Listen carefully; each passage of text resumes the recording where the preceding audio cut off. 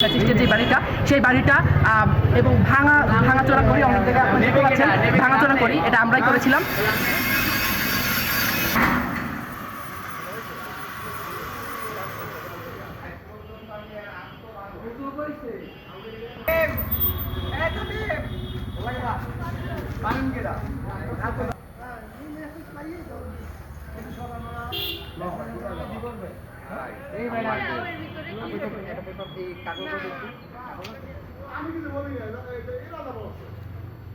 বিগত 5 আগস্টে স্বৈরাচার পতন হওয়ার পরে স্বৈরাচারের সবচেয়ে বড় সঙ্গী হিসাবে পরিচিত আমির হোসেন আমু আমাদের ঝালকাঠিতেই বাড়ি। সেই আমির হোসেন আমুর বাড়িতে ছাত্র জনতা মূলত একটা আগুন লাগিয়ে দেয় এবং ধ্বংসযজ্ঞ চালায়।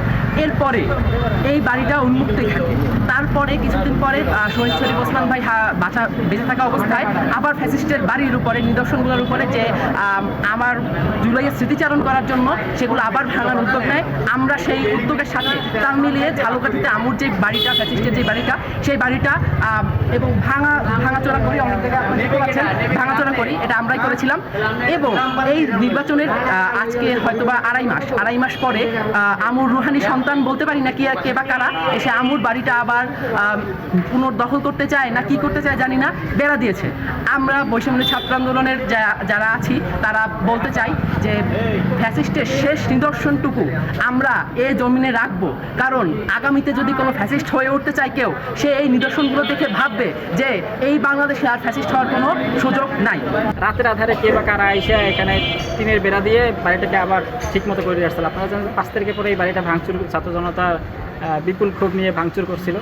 এইটাকে মানে পুনর্জীবিত করার চেষ্টা করতেছে, পায়তারা করতেছে। আমরা কি করলাম, আমরা এটা দেখে জাস্ট টিনের বেড়াটা সরাই দিলাম এবং টিনের বেড়াটা 9 নং ওয়ার্ডে অলরেডি পাঠিয়ে দিছি যে যাদের টিন নিডেড তারা যেন টিনগুলো নেয়।